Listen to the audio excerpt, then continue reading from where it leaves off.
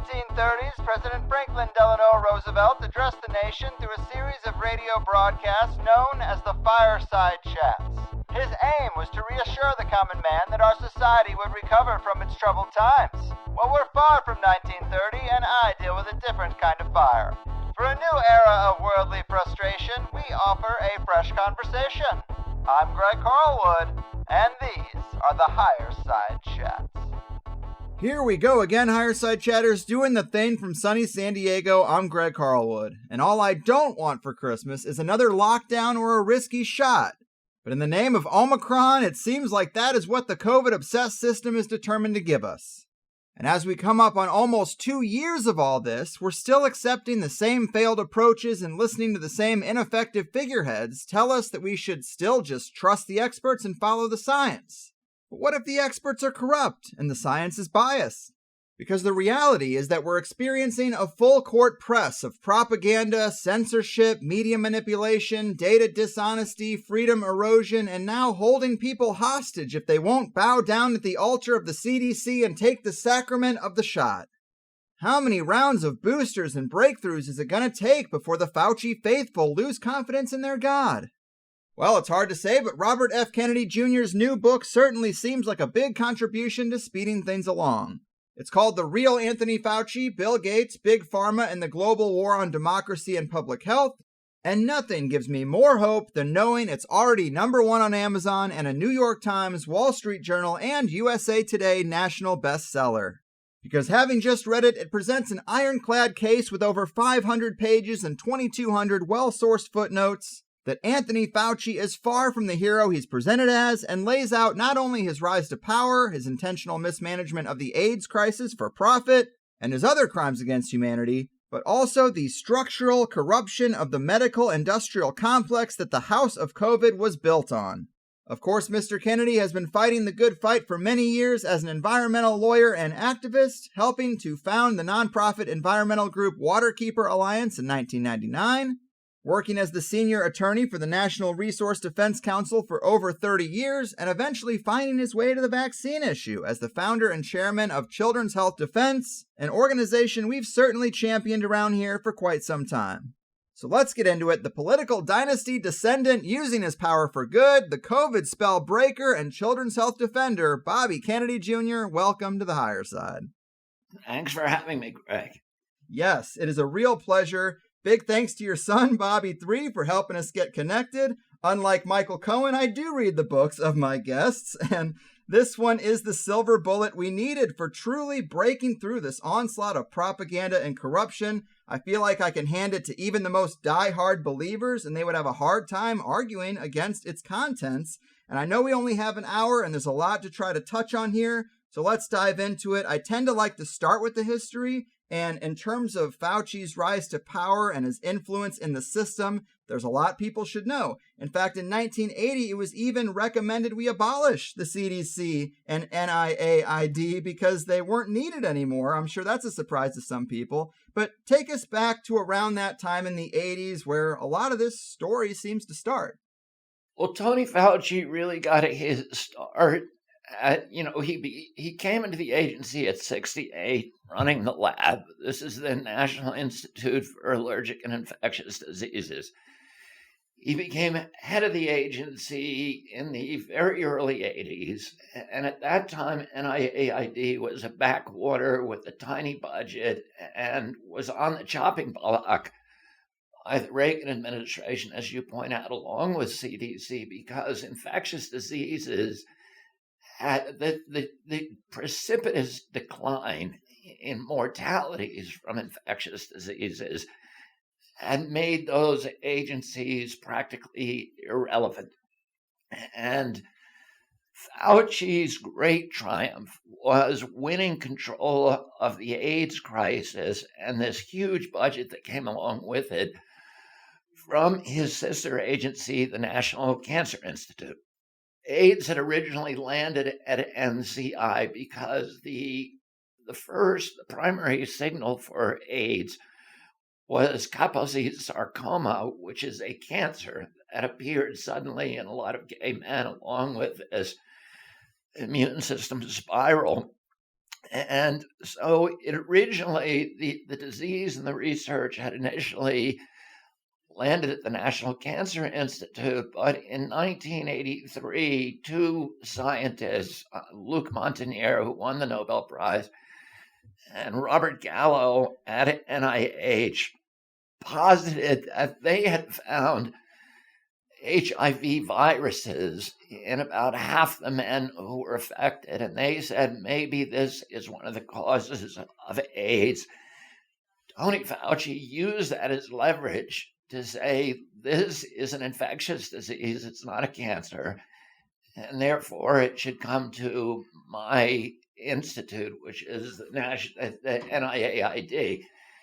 He won control of it in this bureaucratic battle, but he didn't know what to do with it because NCI, the National Cancer Institute, was an old hand at developing drugs. It had laboratories set up to develop cancer drugs, but NIAID didn't have any of that expertise. So he had to rely on the pharmaceutical companies to develop drugs for him. And at that point, the only drug available, the number one drug in the pipeline, was a chemotherapy drug that had been found, that was developed by the US government and then trash canned because it was regarded as too toxic for chemotherapy. And remember, chemotherapy only lasts typically about 2 weeks.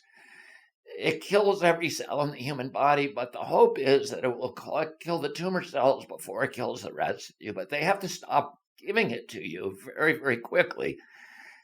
Fauci's plan was to take that drug, which was too toxic for chemotherapy, and give it to people for their whole lives.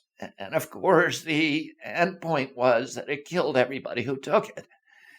And it ended up killing probably around 330,000 gay men, more people than AIDS at that time.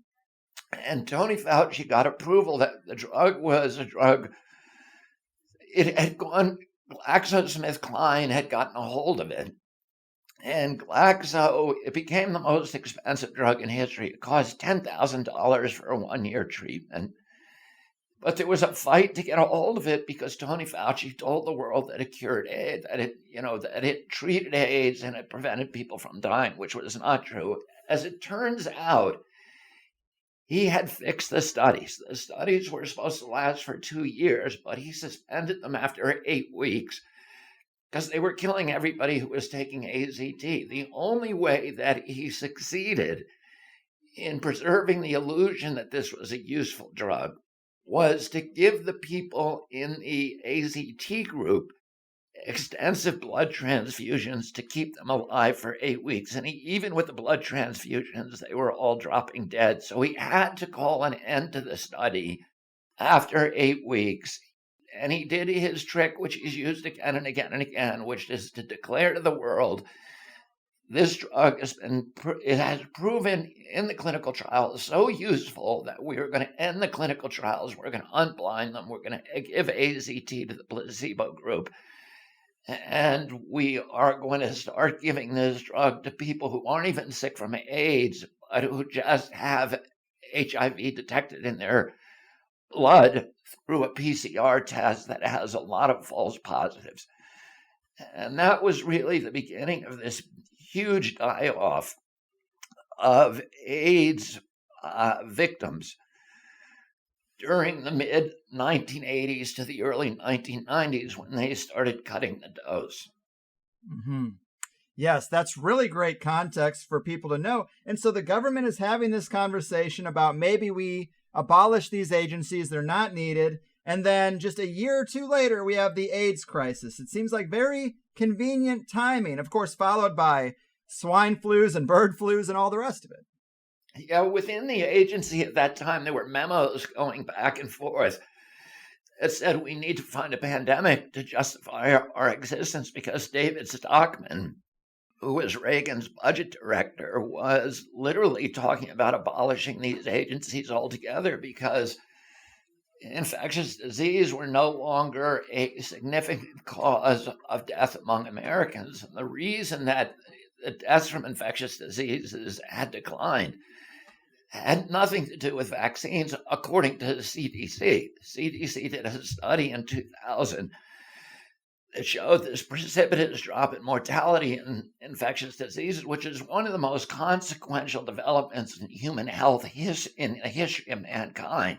Mm-hmm. All these diseases like peripheral fever and cholera and typhoid and typhus and polio, etc., that had killed so many, and measles and chickenpox that had killed so many people in the early 1900s that simply stopped killing people by the mid 1950s. And the CDC did a study on what was the cause of that decline in the year 2000 with Johns Hopkins, and they found that it had virtually nothing to do with vaccines, and it had everything to do with nutrition and sanitation and hygiene, chlorinated water, electric refrigerators, and good road systems for transporting food. Mm-hmm. But the agency, beginning around 1976, began inventing pandemics. They invented a swine flu pandemic in 76. AIDS came along in 83, and then they invented a bird flu pandemic in 2009, a swine flu pandemic, and many of these, like the bird flu pandemic in 2005, killed one person, and yet they called it a pandemic. And they sold, billions and billions of dollars worth of vaccines. And the same thing happened with Zika. Zika was an invented pandemic. It never caused microcephaly, and yet Tony Fauci, by promoting it as this frightening pandemic that was going to shrink all of our babies' heads, was able to get $2.2 billion from Congress to develop a vaccine, and then Zika just disappeared. Mm-hmm. And so that again and again has been what I show in the book, is that that the agency, this cadre within the agency, and also other people within Wellcome Trust, which is the UK version of the Bill and Melinda Gates Foundation and Bill and Melinda Gates, have also conspired with the WHO to create these periodic pandemics in order to sell vaccines and to increase the power and reach of the pharmaceutical industry. Mm-hmm. Yes, and in terms of the medical infrastructure that Fauci helped set up, it really seems like a medical mafia when you understand the patents and the royalties and the university's dependence on this flow of funds and how he just keeps control and manages to keep everything quiet. Talk to us about that infrastructure a bit. Well, first of all, you have agency capture phenomena in every agency. And during my career as an environmental lawyer, I brought over 500 lawsuits, and probably around 100 of those were not against polluters, but against the environmental agencies like EPA and the various state agencies, because through a well-documented dynamic, the agencies gradually become sock puppets for the industries that they're supposed to regulate. And that has happened with the public health agencies, but with public health agencies in the United States, the capture phenomena is on steroids because of this web of financial entanglements between the pharmaceutical industry and the public health agencies that doesn't exist anywhere else with any of the other agencies. For example, the FDA gets about 45% of its budget from pharmaceutical companies. That's the analogy would be if EPA got half of its budget or close to half of its budget from coal companies. It would put them completely under the control of the coal industry. That the CDC spends about 40% of its budget, $4.9 billion out of its $12 billion budget, buying vaccines from the four big vaccine companies and then marking them and distributing them to the American people. So it is a vaccine company. And if you work for CDC, you do not get career advancement by reporting problems with vaccines. You get career advancement by increasing vaccine uptake. That is the metric for success in that agency every year. The metric for success is not public health.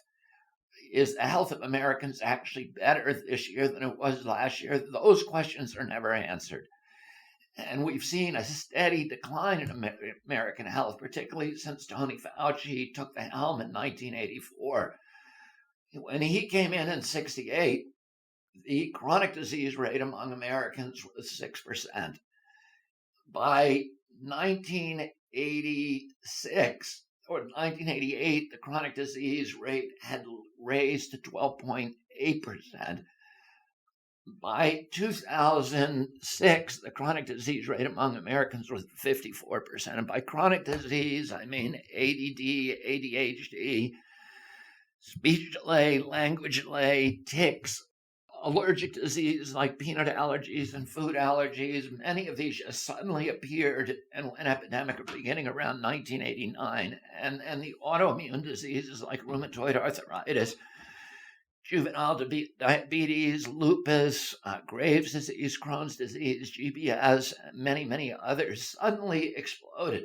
Now, Tony Fauci's job at NIAID is to do scientific studies, to use his $6.1 billion budget, the civilian budget, to do scientific studies to determine the etiology of these diseases. In other words, to find out what the environmental cause is. What is the exposure? We know it has to be an environmental exposure because genes do not cause epidemics. So you have to figure out an environmental exposure that is ubiquitous, that began in 1989, and that can cause, using bench studies, animal studies, you can determine whether it can cause these diseases. And using retrospective studies, studying their databases, you can make those determinations. But Tony Fauci not only never does those studies, but he also uses his extraordinary financial power to prevent other people from doing it. Scientists who actually try to do those studies have their careers ruined. And instead, he has turned his budget over to a completely different and unprecedented purpose, which is creating pharmaceutical products in partnership with the pharmaceutical industry. So Tony Fauci's agency no longer does this kind of basic research. Instead, it spends practically its entire budget developing new drugs for the pharmaceutical companies. Right.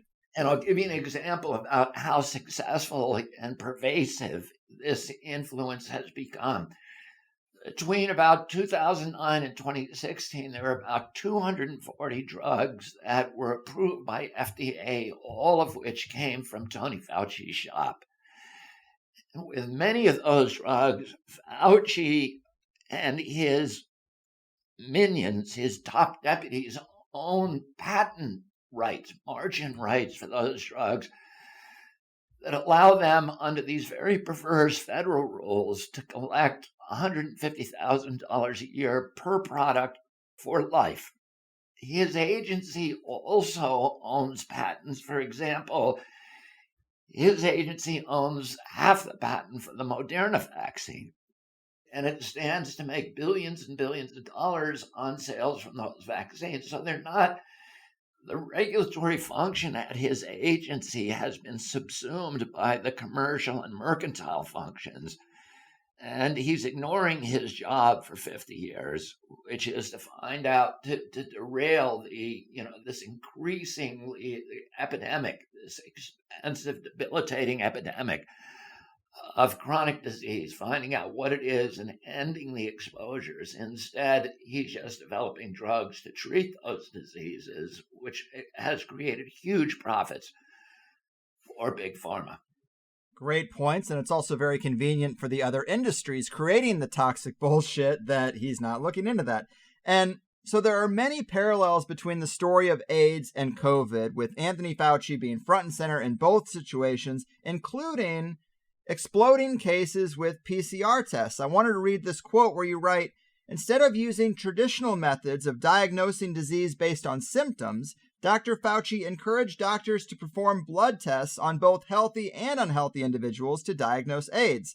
Since none of the available tests are particularly accurate, Dr. Fauci must have understood that his reliance on blood tests alone was likely to yield highly dubious results capable of dramatically overstating the spread of HIV. Well, that sounds familiar, and that's just one of several parallels to our current situation, right?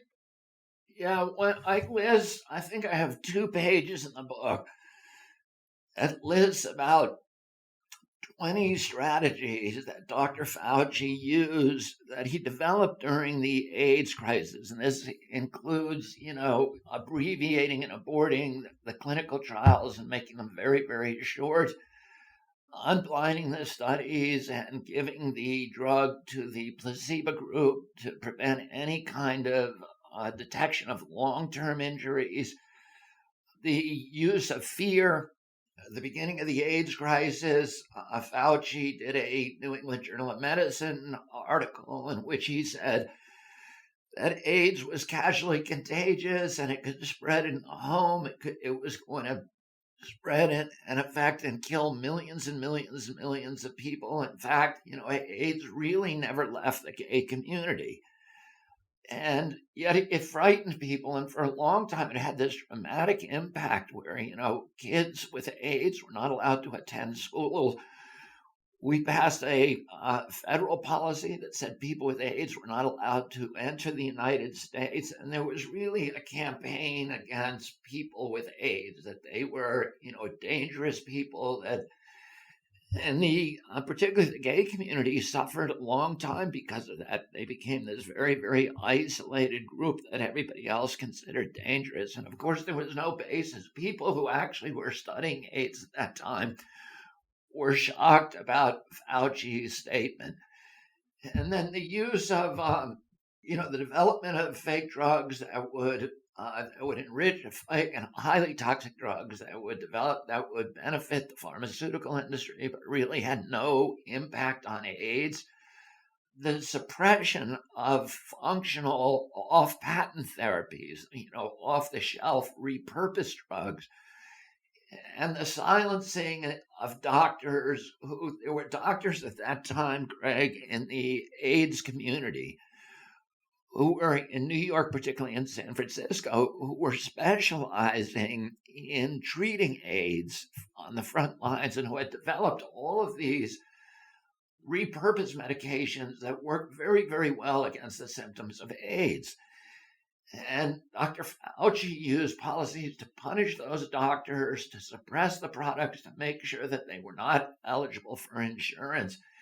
And if you ever see the movie Dallas Buyers Club, which won the Academy Awards, it originally, Michelle Wallach, who wrote that movie, originally wrote it about Fauci, and Fauci was the big villain in that movie because he was the one who was suppressing these drugs that were working and forcing gay people to take a drug that many of them quickly figured out was lethal.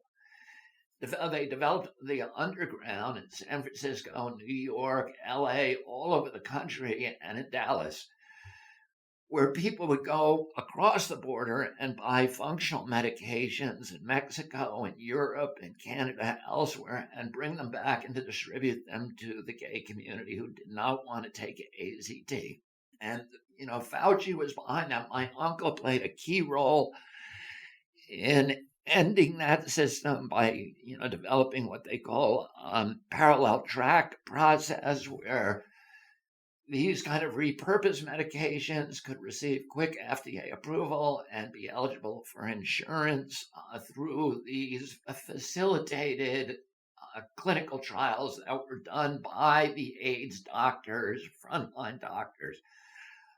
Unfortunately, nobody was able to do that. By the time the COVID came around, and Fauci was using those same methodologies to suppress ivermectin, hydroxychloroquine, monoclonal antibodies, steroids, and all of these other drugs that we know are effective against AIDS. By then, his power had become kind of absolute, and nobody was questioning it anymore. Mm-hmm. Man, it's just such an interesting and sad case study, really, with so many parallels to our current situation. People should definitely reflect on that. But I also wanted to ask you about another chapter in the book, probably the darkest one, called Dr. Fauci Mr. Hyde, NIAID's Barbaric and Illegal Experiments on Children. Well, this should be a wake-up call for people. What should they know about this chapter in Fauci's story? Well, after he developed AZT, he was trying to develop new markets for it and for some other highly toxic chemotherapy drugs by the big pharmaceutical companies. And so one of the ways they did, the first thing they did is they said, we're not just going to give this to AIDS patients, people who are showing symptoms of AIDS, but we're going to give it to everybody who tests positive for AZT. And we know that hundreds of thousands of people died who did not have AIDS and probably would not have ever developed AIDS, but who simply tested positive for AZT on a PCR test, which HIV, you mean, right? HIV on a PCR test, which on the label of the PCR, it says it's not good for diagnostic purposes. Oh, but nevertheless, those people were directed to AZT, which was guaranteed to kill them. It would kill 100% of the people who took it for a prolonged period of time. And there are people who survived AIDS and who have survived for decades who avoided AZT, and there are many people who we know who are famous people who are in that category and who used other treatments for AIDS that were not lethal. And but he was developing so some of the new people that he targeted were people who were HIV positive that did not have HIV, and then children. And in addition to children, mothers who had HIV to prevent maternal transmission to their children. And he was getting FDA approvals to use these highly, highly toxic drugs on kids and on pregnant women. And in order to do that, it's very, very difficult to get white children who will agree, parents who would agree to allow their children to take these highly toxic medications. So Fauci's solution was to get control of a series of foster homes. One of the biggest was in New York City. It was Incarnation House. And the children in there were Black and Hispanic foster kids. And Fauci turned the pharmaceutical industry loose on those homes. And what they did to those children is beyond barbaric. Many of them died. We know at least 85 of them died. Many of those kids did not have HIV. In other words, there was no benefit, which makes the experiment illegal. If the child is not going to benefit, has no chance of benefiting, the experiments are illegal. The experiments, Fauci's experiments, were also illegal because he deliberately did not provide them guardians. The guardians would have put an end immediately to these experiments. And it's illegal to experiment on children who are foster kids unless they have a guardian. And there was no trained medical personnel in these foster homes.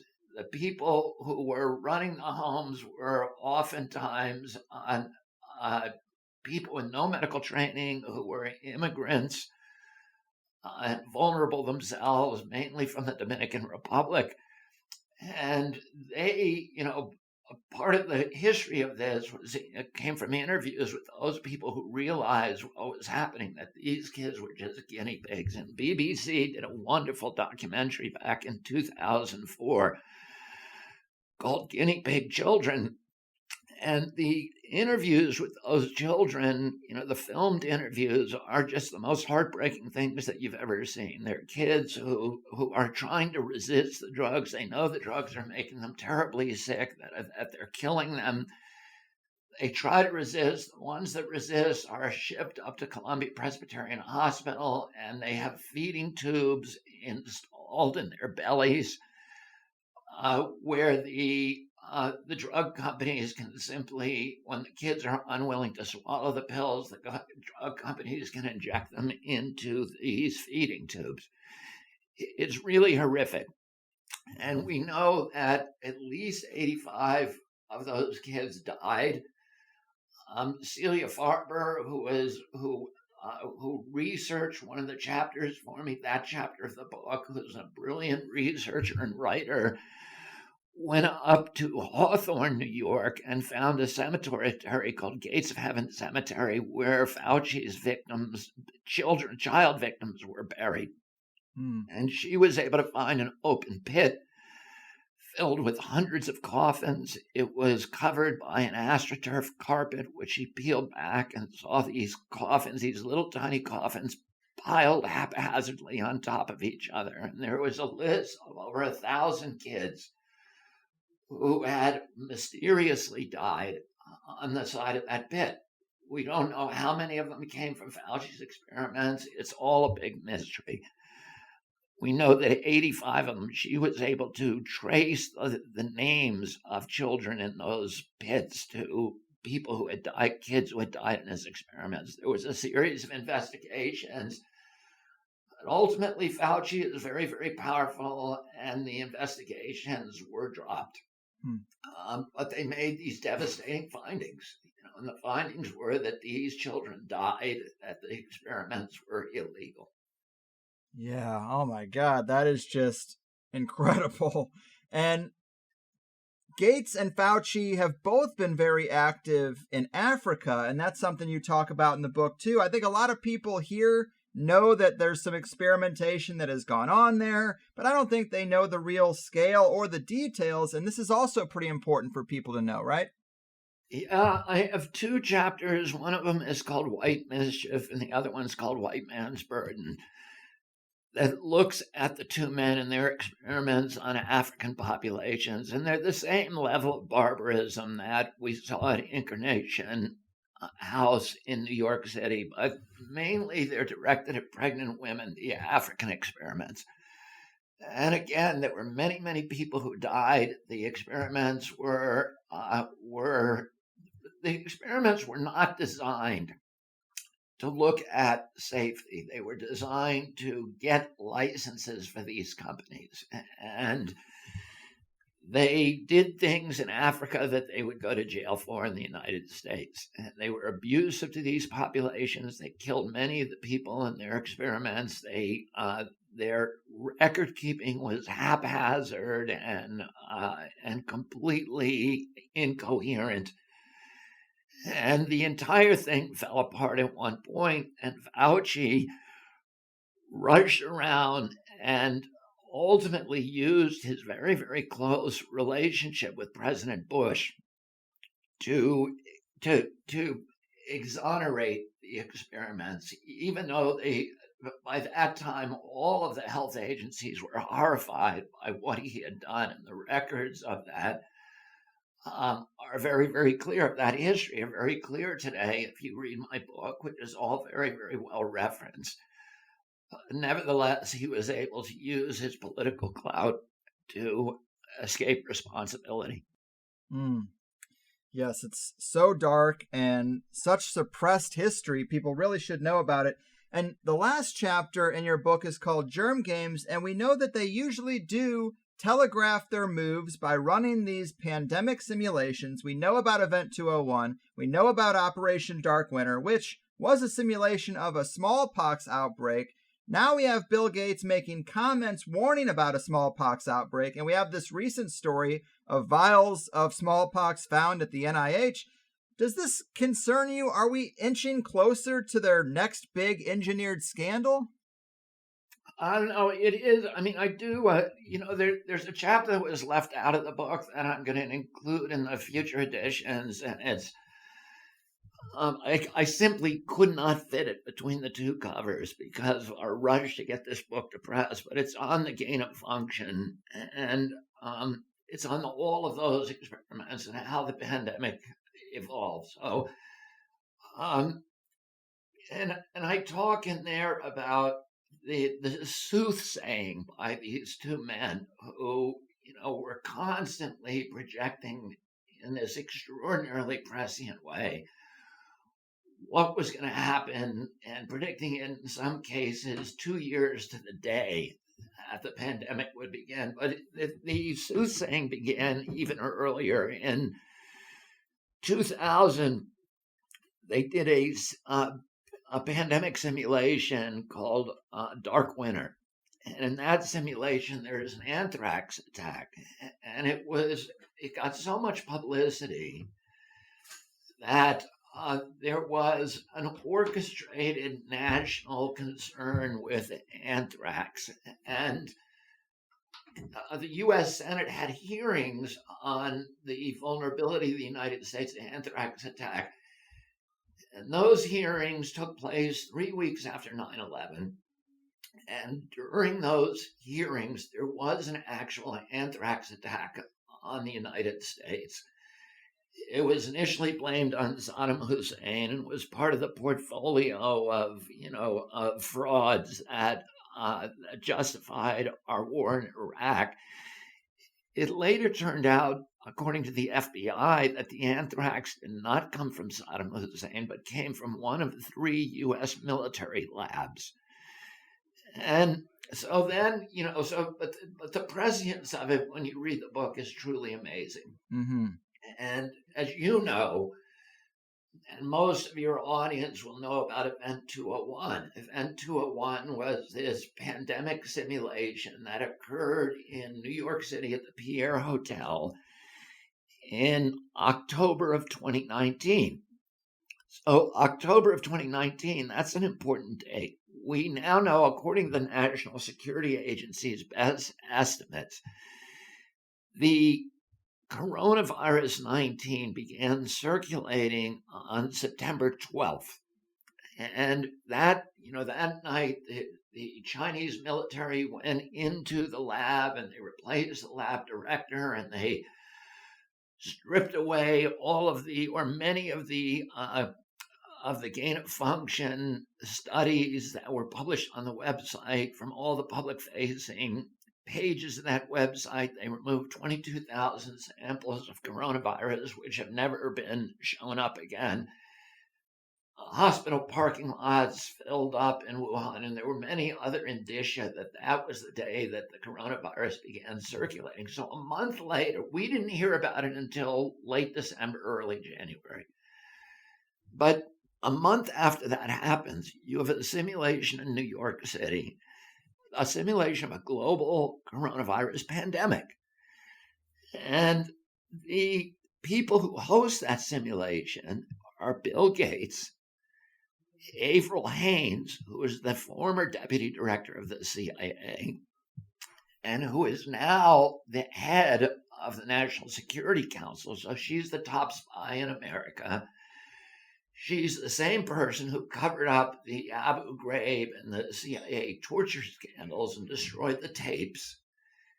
And that her reward is to be now the chief spy in the country. And then the third person who is very odd who is there is George Gao, who is the head of the Chinese CDC, and who almost certainly knew by that date that coronavirus was already circulating. And they have this coronavirus pandemic simulation, and they have people there from the social media companies, from Johnson & Johnson, the biggest pharmaceutical company in the world, from the public health agencies, and from the mainstream media like Bloomberg and Washington Post. And they talk for a full day, and none of the things they talk about are about public health. Instead, they're talking about using the pandemic as a justification and a pretense to clamp down totalitarian controls on Americans and on people across the planet, and basically to execute a coup d'etat against liberal democracy globally. So if you can go and look at this today, Event 201, it's still up on YouTube.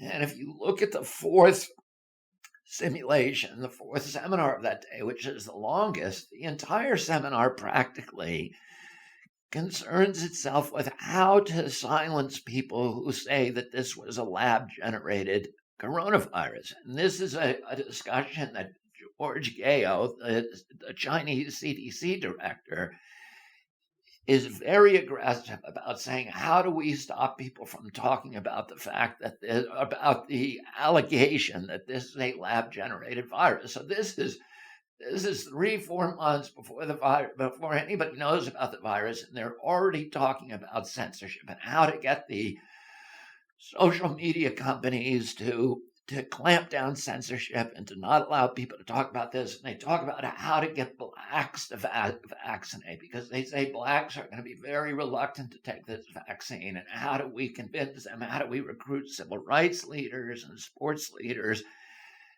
and religious leaders to convince the black community to take this vaccine, because they're going to be reluctant to take it? And all of these very prescient things going on. When I wrote the book, as you can see in that germ gains chapter, what I discovered is this was not a one-off event. They've been doing this since the Dark Winter event actually they went back, they did one in 2019.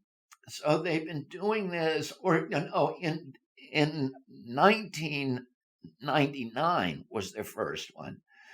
So but they've been doing these simulations once every 2 years or once every year, and they have involved hundreds of thousands of people. They've been clandestine, they've been secret, they've involved healthcare frontline responders from across the country, across Europe and Canada. They would do them in all of these countries simultaneously. In Australia, they had law enforcement officials. They brought in industry, oil companies, the big utilities, and basically they were teaching people. Each one of these simulations is not about how do you get vitamin D to the American people, how do you get zinc, how do you quarantine the sick, how do you coordinate doctors so we can find out the best repurposed medications and protocols. None of it. How do we tell people to lose weight and to take care and build their immune systems? There's none of that kind of discussion. It's all about how do you lock people down and force them to take mRNA vaccines from the beginning. They were talking about the mRNA vaccines from the beginning. Right. And what do they have in common?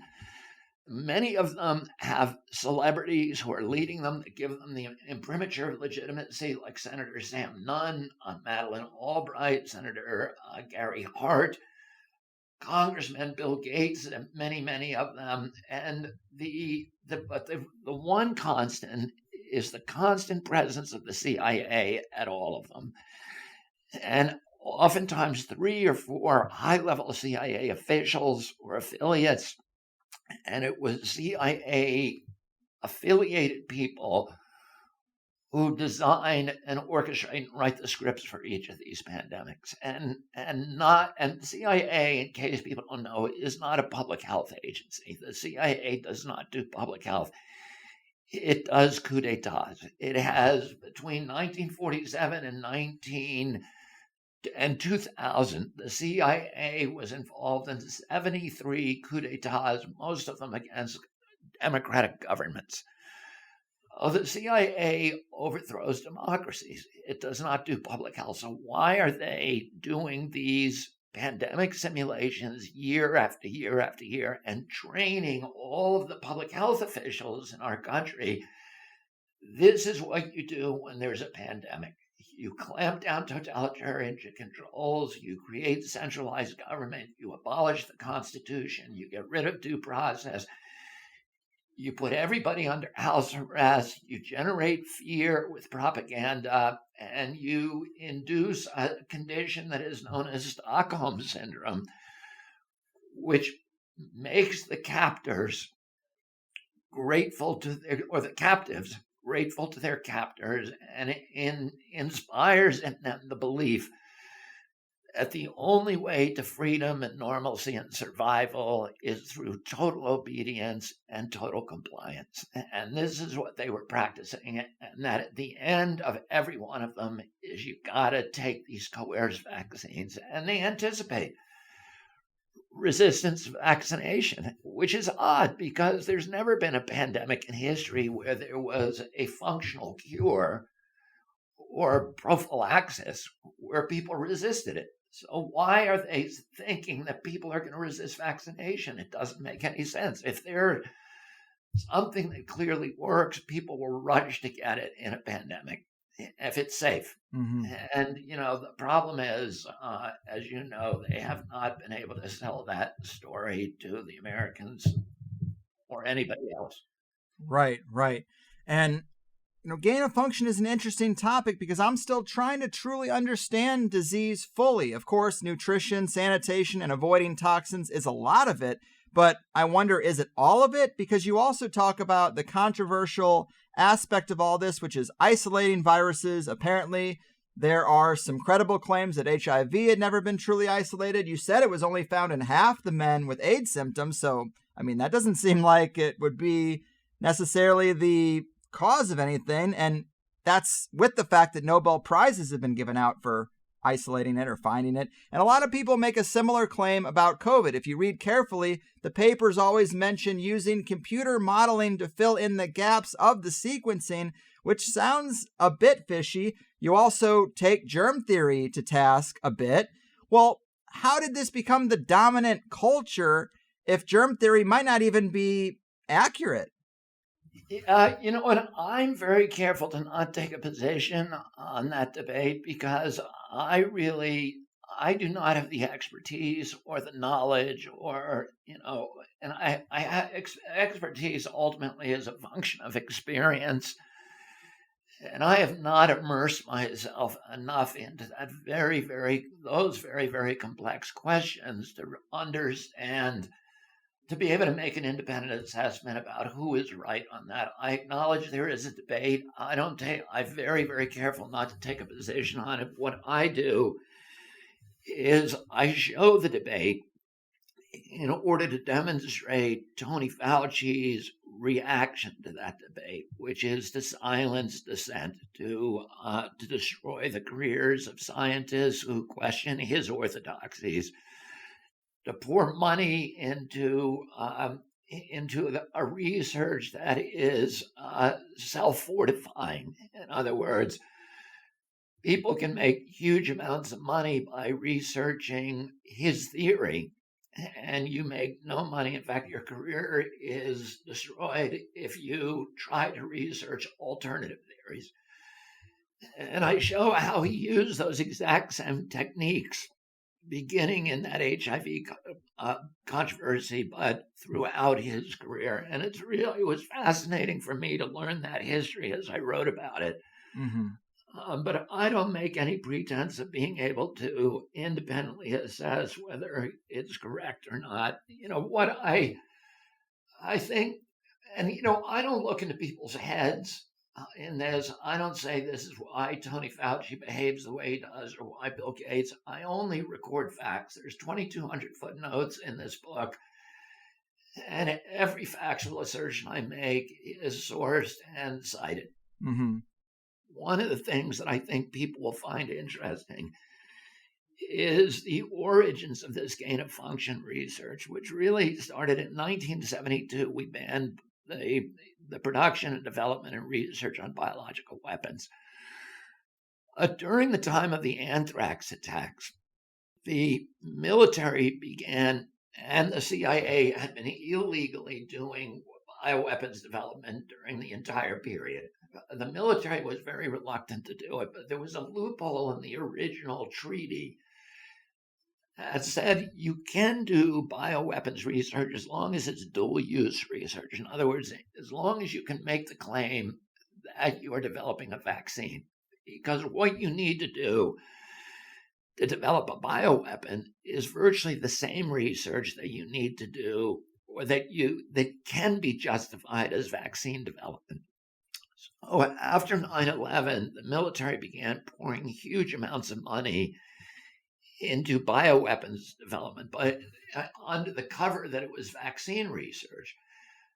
The Pentagon, the CIA began independently funding Peter Daszak, and a lot of that funding went to doing this kind of research in the Wuhan lab.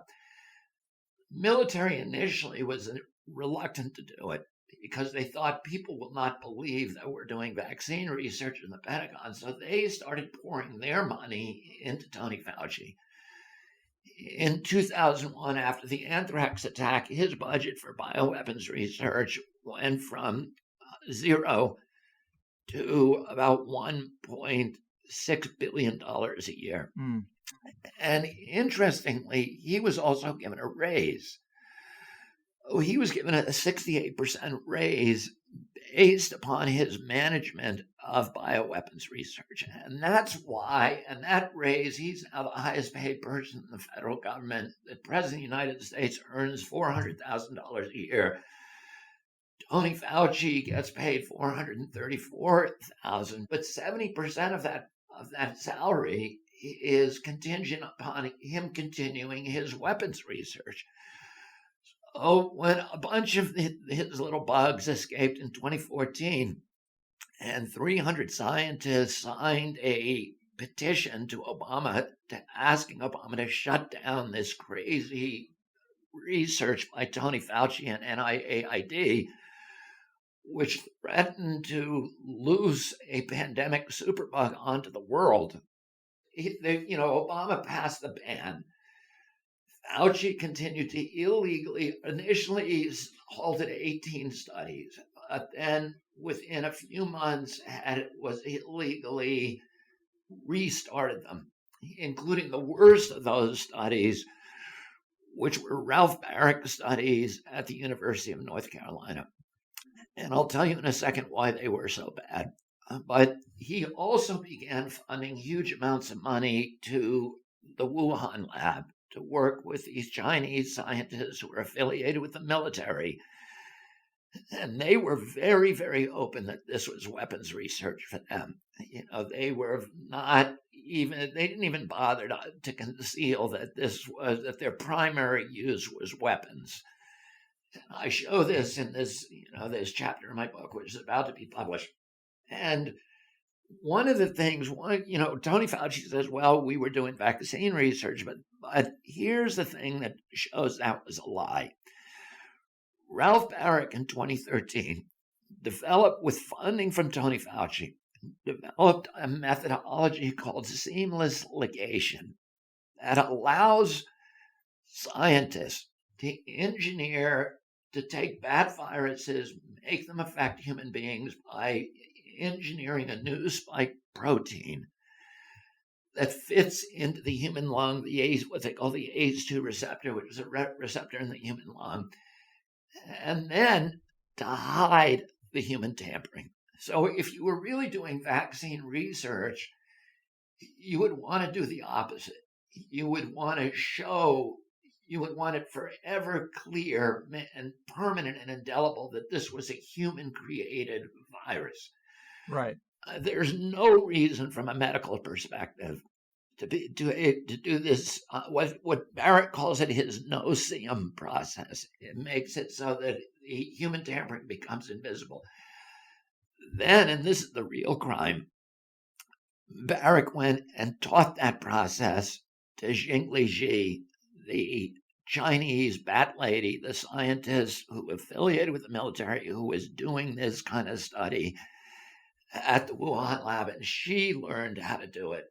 And it's almost certain that the coronavirus that we are dealing with today was engineered and then subjected to that seamless ligation process that Tony Fauci funded. Man, that is such good information. I know we're out of time. I want to try to roll up these last few questions into one, and hopefully you can just give us a quick answer on it, because it involves the next phases of the COVID control plan. We didn't really talk about how damaging these vaccines for COVID might be. I'm quite worried about that. But in your very entertaining interview with Michael Cohen, you said vaccine passports are not being issued by health organizations. They're coming out of finance ministries. Well, that's interesting. And also, in conjunction with that, when it comes to 5G, I understand you just won a lawsuit against the FCC regarding 5G and damage to human DNA. Well, that's also really important, but these all relate to the current and next phase of the COVID control plan. How do these things come together, and what would you say people should know about them? Okay, well, that is a 1 hour question you just answered. But I know, I'm sorry. Essentially what we're seeing is, are all of these unprecedented mechanisms for control, for totalitarian control. And this is basically what we call turnkey totalitarianism. You put all of these mechanisms in place, the track and trace surveillance, the facial recognition that can even read, now that the Chinese have a facial recognition system they've already deployed that can read guilt on human faces, the digitalization of the currency and vaccine passports, and you put all of those together and they are mechanisms for total control. The aspiration of every totalitarian government in history has been complete control of human thought and human behavior. And because of technology and vaccine passports, they now have those things. So once you have a vaccine passport, there's no longer any such thing as rights. There are simply privileges that you can qualify for as long as you're compliant. And they can take those things away from you. So if you have a vaccine passport, that has a social credit system attached and is attached to your digitalized currency, and the government even has the power. There's now one of the things they've got is programmable currency. So that if the government tells you, for example, you didn't get vaccinated, therefore you cannot leave your home, the government can actually fix your passport and your bank account. So your money will only work at the local grocery store and will not work anywhere else. If you are, I said and told the people in Italy, programmable currency means that they can order you to stay in Bologna and make it so that your money will not work in Milan. And they can control you absolutely. And they can say to you, unless you do what you are told, you cannot travel, you cannot participate in sports, you cannot talk on the phone, you can't do anything. And, there's no time in history that government has had a power that it has not abused. So this is 100% guaranteed that these powers will be abused and that we are headed for a very, very dark epoch of civilization if we allow them to get away with this. People need to be educated, need to understand what the stakes are here and what they are up to, and that the use of the manipulation of fear through propaganda is a mechanism, a device for shutting down the human capacity for critical thought, and to get people to run to an authoritative figure for protection. And they're manipulating that expertly in order to get us to give away all of our rights. Yes, well said. I definitely thought it was important to fit that in. And this has all been really informative. I hope we can turn the perception on these narratives and stop these policies, but it just seems so overwhelming because so many people endorse this shit. Of course, the early success of your book is a really good sign, so fingers crossed, but it's been a huge pleasure. I definitely feel aligned with the right people, and I'm lucky to be able to play a small role in all this and have some of your time. Thanks for doing it, and thank you for your courage. Thank you, Greg. I will point out that the book has now been #1 for almost 10 days, which is pretty unprecedented. And, what's amazing about it, what I'm so grateful about, is that there's been a wall-to-wall complete blackout. There has not been a single review of the book in any newspaper in our country. I'm blocked from going on TV with, one or two exceptions, with Tucker Carlson, really. We're not allowed to do promos of the book. The New York Times, the big companies like Barnes and Noble are refusing to promote the book, refusing to put it in their front windows, even though it's #1 on the list. And that usually is what, the metric they use. there's all the New York Times, even though we sold 120,000 books in a week, Will Smith sold 86,000 the same week. They put his book #1 and my book #7, even though we outsold everybody on that list. And so they're using all these mechanisms to suppress the book, but nevertheless, people are buying it. It's really a miracle. It is mouth to mouth. People are buying it as an act of defiance, an act of resistance. And I am really grateful to the public for stepping forward. So thank you. And Greg, as you know, I don't make any money from the book. It all goes to Children's Health Defense, to do our litigation, to educate the public, to fight the bad guys, and to stand up against the bullying and the totalitarianism. So thank you for your help. You got it. And thank you. Enjoy the rest of your day. You too. And boom goes the dynamite. What a good interview. I wish we only had more time.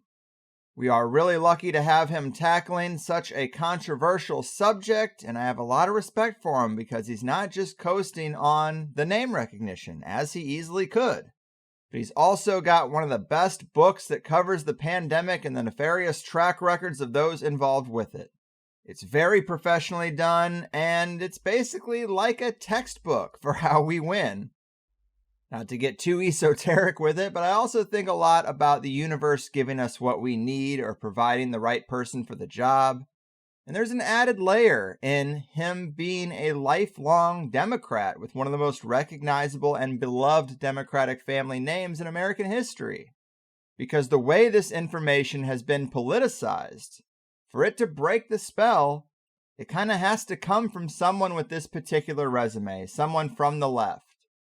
So the typical right-winger, Trump-faithful dismissals won't work. And that's important. What he said about the book's early success is great. It gives me hope that the tide is turning a little bit and we're not the minority we're made to feel like we are. As he said, the media blackout can make it seem like everyone shares the one true opinion when they don't. And the long list of doctors that Mr. Kennedy has at the beginning of the book is proof of that. As is the fact that this podcast that often tackles the most controversial and out there subject matter ranks in the top 0.05% of podcasts, according to listennotes.com. And it's not to toot the THC horn, it's just surprising to me, because I say we're fringe, I say we're counterculture, but are we? This community of free thinkers is bigger than we know, I guess. There's just very little acknowledgement of it in the mainstream, so it is tough to gauge.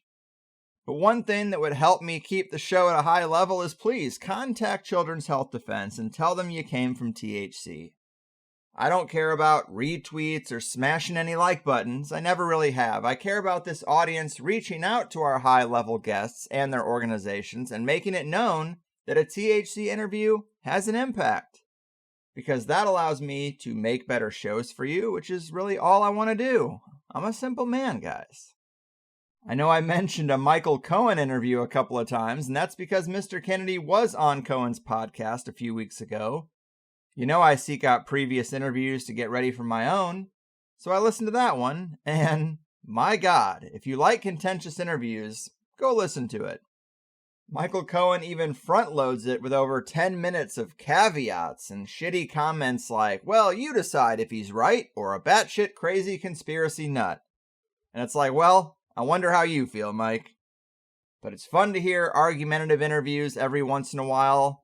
The world used to really enjoy debate, and now we never get it, and this is a subject that definitely should be debated. And when one person knows almost nothing, and the other person has done the work that Mr. Kennedy's done, it's good medicine. And Michael Cohen also always finds a way to bring almost every question back to his own drama. So you get a healthy dose of cringe in there as well. But Mr. Kennedy does get to talk more about 5G in that interview. He said something to the effect that 5G is not there to help you download a movie in 2 minutes instead of 4.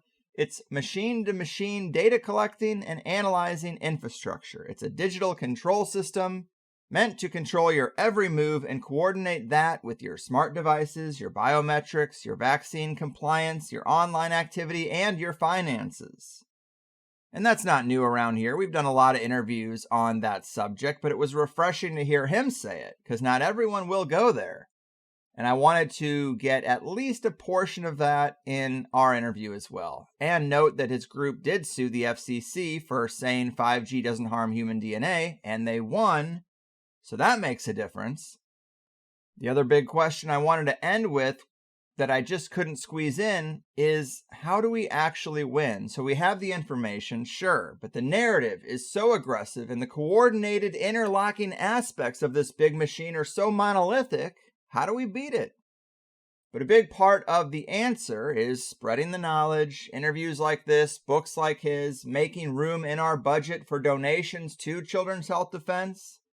It's all important, and the book lays out the case for Fauci's crimes, but who's going to prosecute? Where is the justice? We have not only a media blackout, but a legal stonewall as well. I wish I could have heard his tactical advice for mobilizing this not-so-small alternative community, but maybe next time. It was also important to me to make sure that we pointed out that he does bring up terrain theory or miasma theory in the book and questions this germ theory dominance. He's careful not to commit, but I'm right there with him that it's very suspicious how aggressive one side is about attacking the other and how much money can be made in one paradigm versus the other. But I thought we'd get a quicker answer there and I could squeeze in those last few questions I had in mind, but it just goes to show how short an hour-long interview really is and why you should all be Plus members. Because as you know, 99% of the interviews I do are 2 hours long, meaty, robust, and thorough as hell. I don't know that it was really driven home as much today, but Forrest Moretti said in our show a few weeks back that mortality from infectious disease was way down before vaccination was introduced. He shows the data, shows the chart, and carry that on through to the 1980s, and mortality rates for infectious disease were clearly so low for so long that the Reagan administration was going to close the CDC and the NIAID. And like you'll find in about half the scandals in history that we cover around here, in the interest of self-preservation and the morally bankrupt quest for extreme profits, they said, we need to find something quick to justify our existence. Which over time turned into, wow, we found something that works. Why only do it one time? Almost nobody is qualified to truly understand or question what we're doing here. We own all the experts, and we've mafiatized the industry. Who wants to stop the money train from rolling in?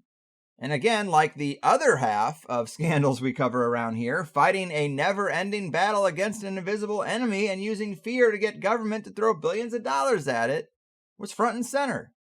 So the question I would ask to the Western medicine faithful is, if the diseases we vaccinate against had declined by over 90% before vaccination was introduced, which is true for measles, scarlet fever, whooping cough, diphtheria, and smallpox, and curiously there was never a scarlet fever vaccine anyway, but it went down with all the rest of them, because of the better understanding when it comes to industrial chemical exposure, heavy metal exposure, increased nutrition and sanitation, and in the decades that came after widespread vaccination campaigns, we have an explosion of cancers, autoimmune disease, and neurological conditions.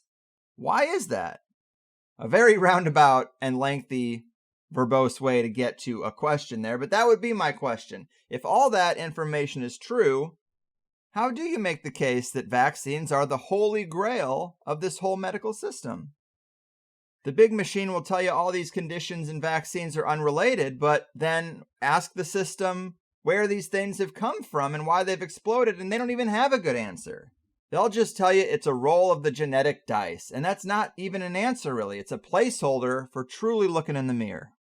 And if you're still not willing to examine the harsh products of big pharma, including chiefly among them the ones they inject, then I'd ask why they have set up legal liability protections in advance in the case of childhood vaccines and COVID shots. What does that signal to you? Why did they fight so hard to establish a special court system that the media refuses to cover that has paid out millions of dollars to vaccine-injured children and, yes, autism victims as a result of those shots? What does that tell you? Well, this is the paradigm that I subscribe to, and I think I'm in good company. And as for me, well, I'm sure this is the kind of episode that might be a lot of people's introduction to the Higher Side Chats, and that's great. As I mentioned earlier, usually our interviews are 2 hours long. I do 5 a month, and the first hour is free, and the second hour is for an $8 a month subscription. We have 10 years of shows in the archive. Sometimes we're talking about vaccine efficacy. Sometimes we're talking about the Hollow Earth and the Saturnian death cult. But the common thread is that these subjects are all pretty radical, and the majority of people would dismiss them. Although just like today, whatever the topic, I try to craft information-rich interviews with guests who really know their material and can make a good case for something you maybe didn't think you'd consider to have any merit. It's fun to hear a good case made for an out there or against the grain position. And that's what we do. So no ads, and the Plus subscription means that I don't ask for anything else, and I don't ask for anything without giving you something back. It's reciprocal, and it works for us. A lot of the time when I do something outside of that 2-hour format, like today, it could easily just be a Plus member exclusive. A lot of podcasters do that because, well, we're all trying to sweeten the pot, and it's nice to give an additional bonus to the people who do open up their wallets. But this subject is really just too important. We got a lot of propaganda to try to break through. I want this to be easily shareable. Maybe as a tip of the hat, you do sign up for a month or two. You will certainly find things that you like in that big old archive at thehighersidechats.com. But ideally, if you can only do one thing right now, just donate that $8 or whatever you can to Children's Health Defense. Because I'm doing all right, and having the House of COVID cards topple and Fauci's medical mafia dismantled, and having all this shit be over for 2022 would be the best gift of all. Wouldn't it though? So thanks for listening. Thanks to Mr. Kennedy for taking the time and doing what he does. We will overcome. That's it for this one. I've done my part. Your move, medical mafia members, big pharma freaks, and turnkey totalitarianists. Your fucking move. Oh no, you see, the world isn't random, it's attached to puppet strings, control over everything. The 9 to 5 is trying to steal ya. Now don't that job seem silly? Hello, can you hear me? Or should I play back recordings from some spying agency? Wish we were younger and free. I'll be thankful when it's all exposed, the vast conspiracy. There's such a difference between us and the damn rush hours. Hello from the higher side. They're calling out 1,000 crimes. They'll tell you the story of everything that's been done, and they'll call out deception of the web that's been spun. Hello from the higher side. The earth is hollow inside. They'll tell you about something that no one else will. Have you heard about Saturn? Have you heard about the real since the war?